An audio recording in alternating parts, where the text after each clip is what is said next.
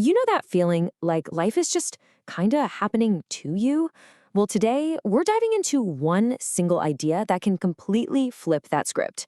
The goal? To turn you into the architect of your very own unstoppable mind. We're gonna uncover the one big obstacle that trips most of us up, and then, yeah, we'll walk through the blueprint to build right over it. So, what does it actually mean to be unstoppable? I mean, really, does it mean you never have any challenges, never fail? No, no way. It's not about that at all. It's about building a mindset that's so resilient, so tough, that you can face any obstacle, any setback, and just keep moving forward with purpose. See, it's not about having an easy life. It's about having an unbreakable inner strength. And this right here brings us to the core idea we're looking at today. The whole key, everything we're talking about, is pretty much locked inside this one sentence. If you want to be unstoppable, stop acting like a victim. Okay, I know. That's a pretty bold statement, right? So let's really unpack what that actually means. All right, so if we want to become unstoppable, first things first, we have to figure out what's stopping us in the first place. And according to the source material, the number one obstacle. It's something a lot of us fall into without even realizing it. It's called the victim mindset trap. So, what exactly is this victim mindset? Well, it's basically a perspective where you feel like the world is just acting on you, you know?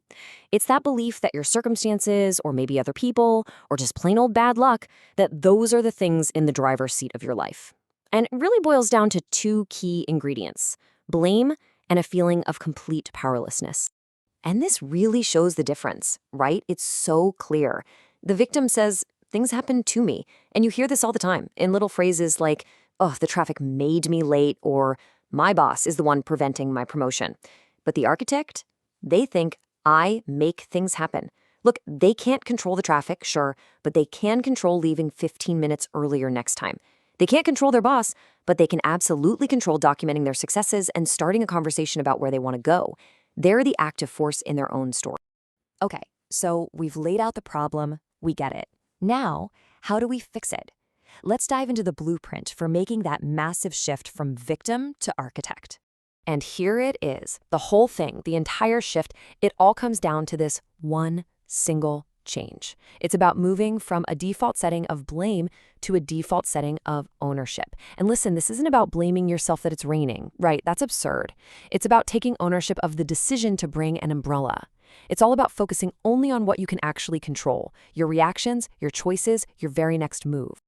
And this is the blueprint broken down so simply. First up, step one, recognize the language. Just start listening to yourself. Catch those moments when you think, oh, I can't because, or, well, it's their fault that. That's the first clue. Then step two is to reframe your narrative. So instead of I'm stuck in traffic, my whole day is ruined, you try something like, okay, this is frustrating, but hey, I can use this time to call my mom. Or you know what? I'm going to listen to that audiobook I've been meaning to start. And finally, step three, take ownership. Just ask yourself this one simple question. What is one action, no matter how tiny, that I can take right now to move forward? All right, let's bring this all home. Let's talk about your first step. Because really, this isn't just some theory to think about later. It's a practice, something you can start doing like right now. So the destination we've been talking about is crystal clear, isn't it? It's this journey from a passive state, being the victim, where life just kind of happens to you, to a really active one, becoming the architect, where you are the one building your life, one single choice at a time. That, right there, is the heart of an unstoppable mind. So I'm going to leave you with this final thought. Let's forget about yesterday's problems for a second, and forget about tomorrow's worries. Just think about right now, today. What is one small thing, and it can be anything, no matter how insignificant it seems. What is one thing that you can take complete and total ownership of today? Because your answer to that question, that's it. That's your first step to becoming unstoppable.